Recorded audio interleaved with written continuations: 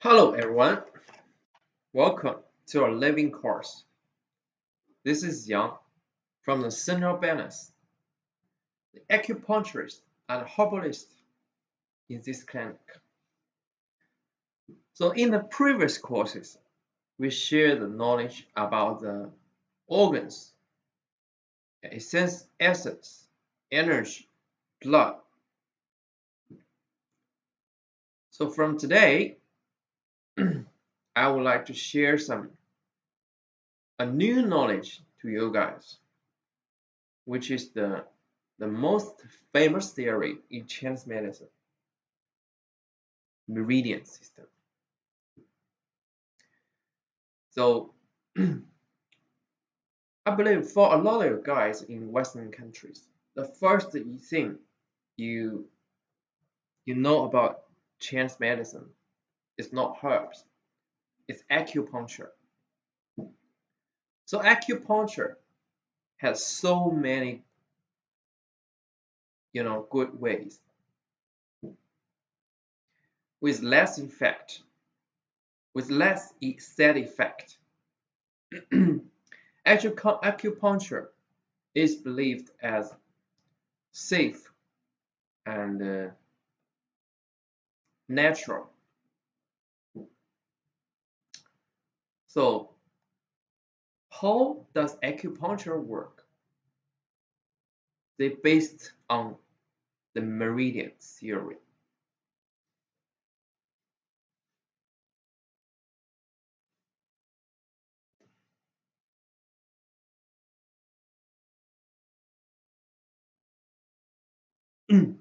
Okay, so today I would like to share knowledge about the meridian system.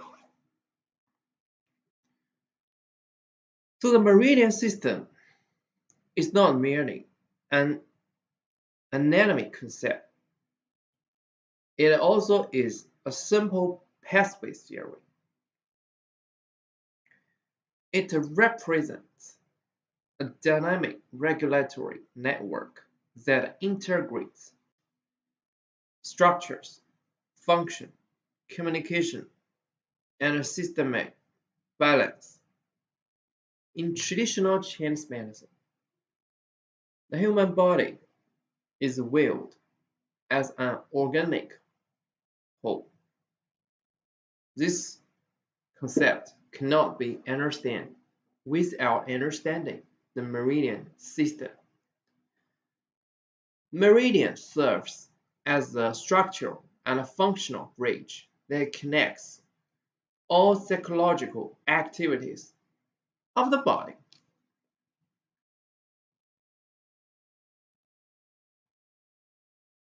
Okay, so the meridian is not just 12 meridians. It includes a lot of things. So basically, it has two main parts, meridians and collaterals. The meridian, you imagine a tree. The meridians are the primary trunks, the main channels through which the energy and the blood circulate. So the collaterals are the branches that diverge from the meridians and distribute throughout the entire body. If we compare the meridian system to a tree, meridians are the trunk and the main branches while collaterals are the finer branches and twigs. So this structure ensures that no part of the body is isolated from the systematic regulation. So what's meridian? What's meridian? What's meridian? Hot tile. There is one theory that believes the meridian only exists on the alive bodies, not corpse. So, because if you use anatomy technology to do research on a dead body, on the corpse, you couldn't find the meridians. So some scientists believe that meridians, they are not vessels, they are not lymph system, and they are not nerves. They have the meridian has its unique pathways, different from these things.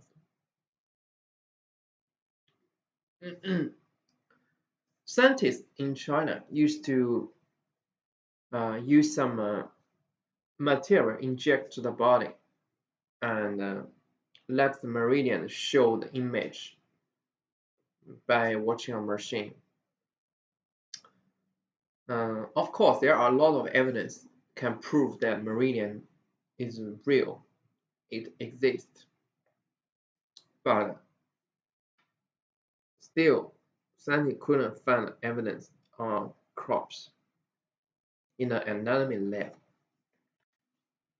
But no worry, today we're not argue about that, so the meridian is real or not. Let's just consider it is real. It exists, but somehow we cannot find it, right?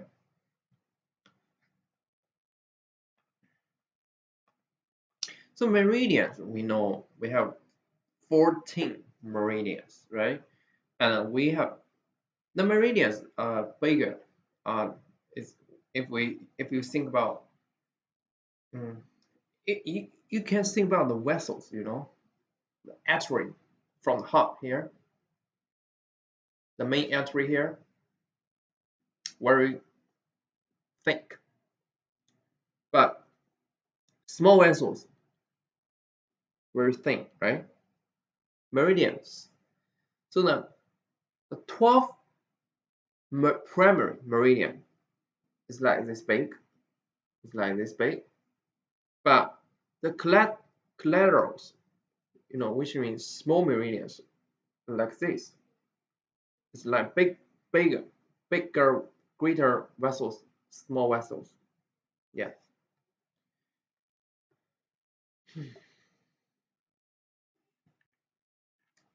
So the meridians,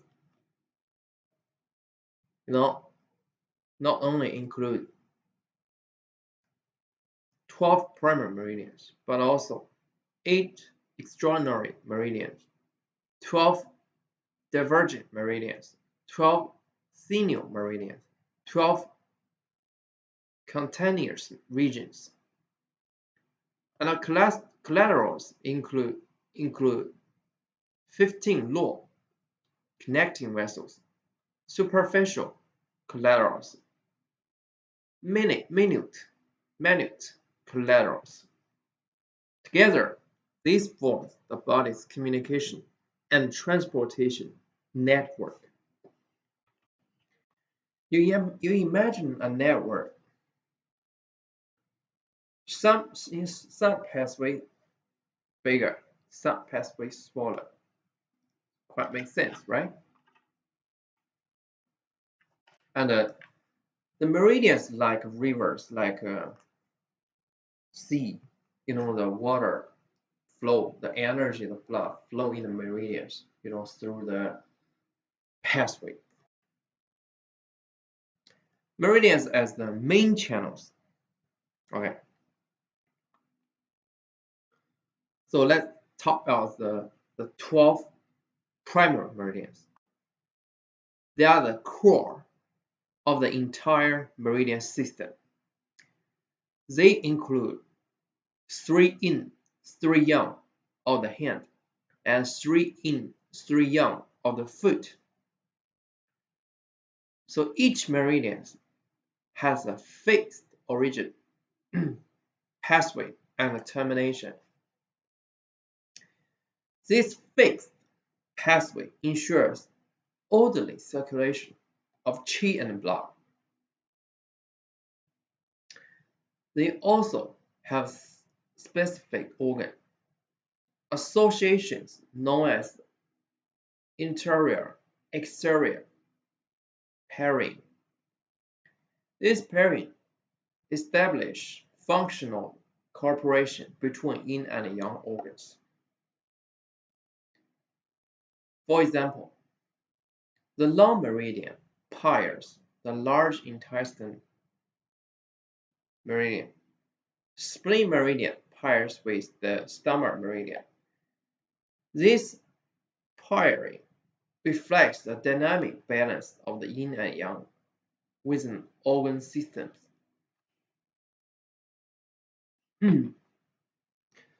So same like 5 thumb organ and the 6 foot organ. Each meridian related to another one meridian, like this.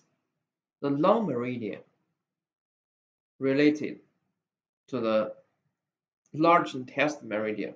Spleen meridian related to the stomach meridian. Yeah.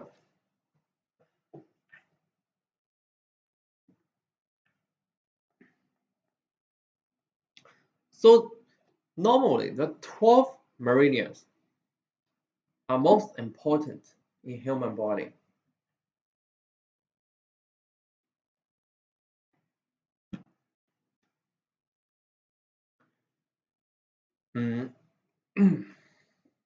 Because, for example, because we use the name of the organs to name the 12 primary meridians.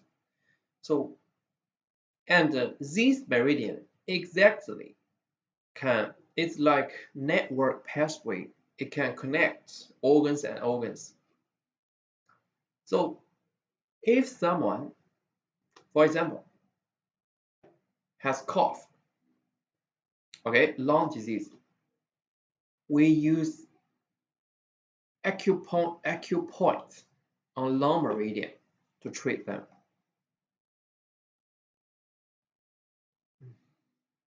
So if someone has stomach disease, we use acupuncture point on stomach meridian to treat them. It makes sense, right?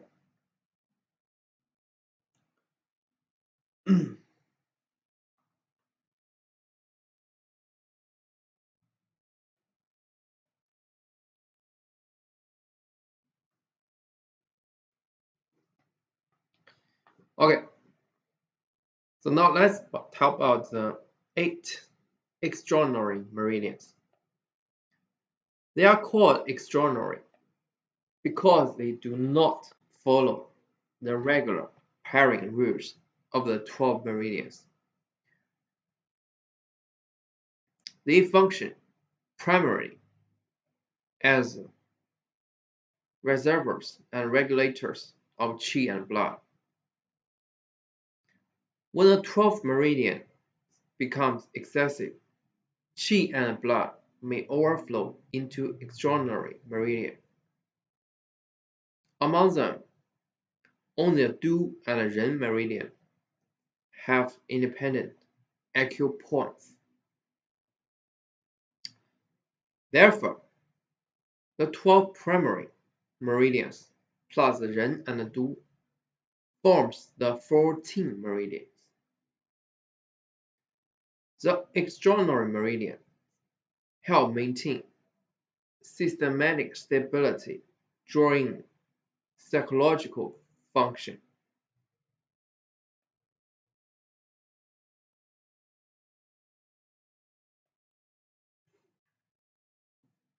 So among the 8 extraordinary meridians, Du meridian and Ren meridian are more important because we believe the Du meridian is the sea of the yang energy. Ren meridian is the sea of the yin meridians. What does that mean?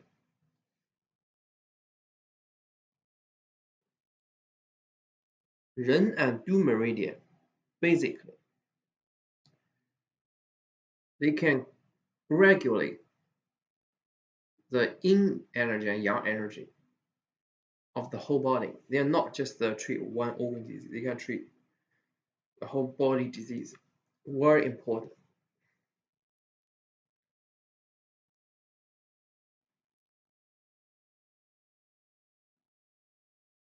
So, and there are some other knowledge, like 12 divergent meridians, the major branches that enter deeper body cavities, strengthening connections between primary meridians and internal meridians, and 12 senior meridians, nerve muscles, tendons, and joints corresponding closely to the musculoskeletal system and governing movement, and 12 continuous meridians, surface zones that reflect meridian functional activity on the skin, serving as the external mirror of internal conditions.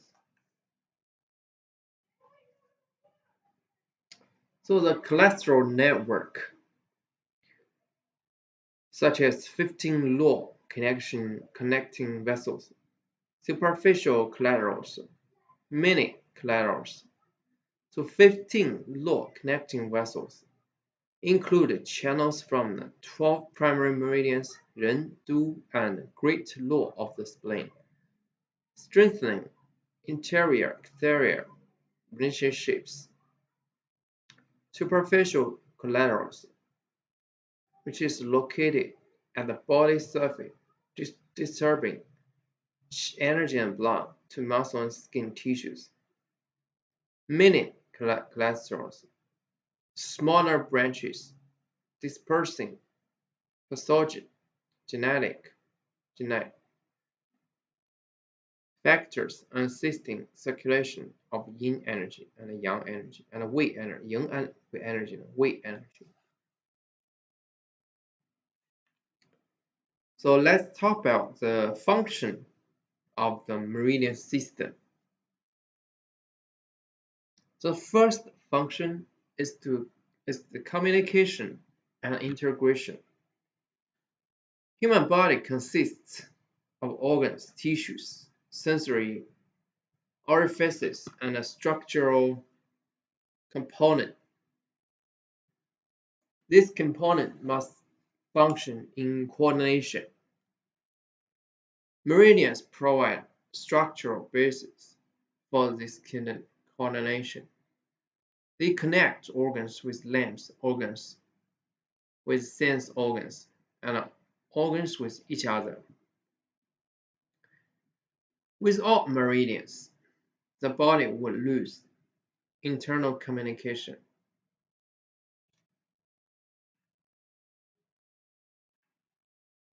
Second function is meridians can help the circulation of energy and blood.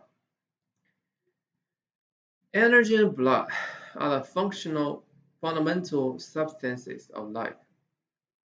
Without circulation, nourishment cannot reach tissues.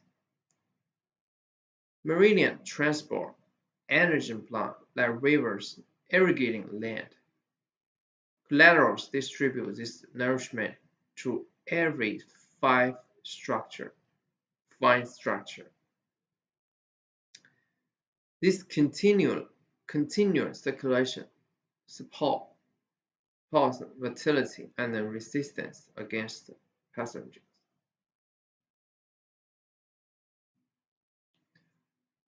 So the third function is sensory transformation. The meridian system can sense, carry, and transmit information. When acupuncture is applied, sensation travels along meridian pathways. This phenomenon demonstrates the conductive property of meridian energy. Information transformation is bidirectional. External stimuli can affect internal organs. Internal disorders can manifest externally. The fourth function is regulating and dynamic balance. Through communication, circulation, and information transformation, the meridian system regulates organ activity. It maintains yin and yang equilibrium. In disease, imbalance occurs. So acupuncture stimulates meridian energy to restore harmony. This regulatory function is often bidirectional. It can tonify deficiency or reduce excess depending on the condition.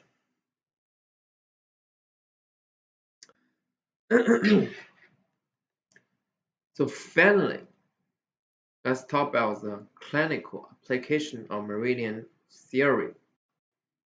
Meridian theory explains disease transformation pathways. It guides diagnosis through meridian differentiation.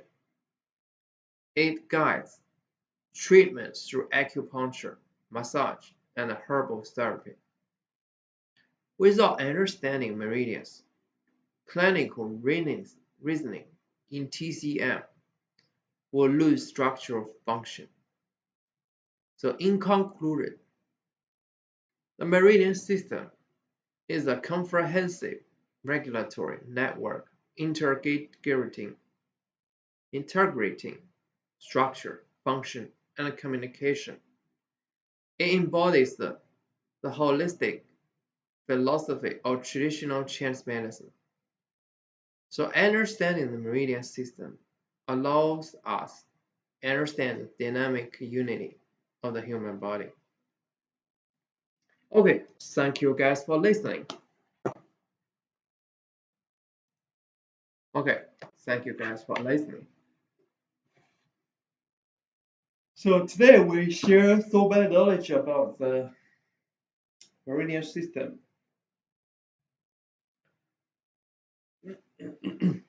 Okay, so today's lesson is finished. See you guys next lesson. Bye.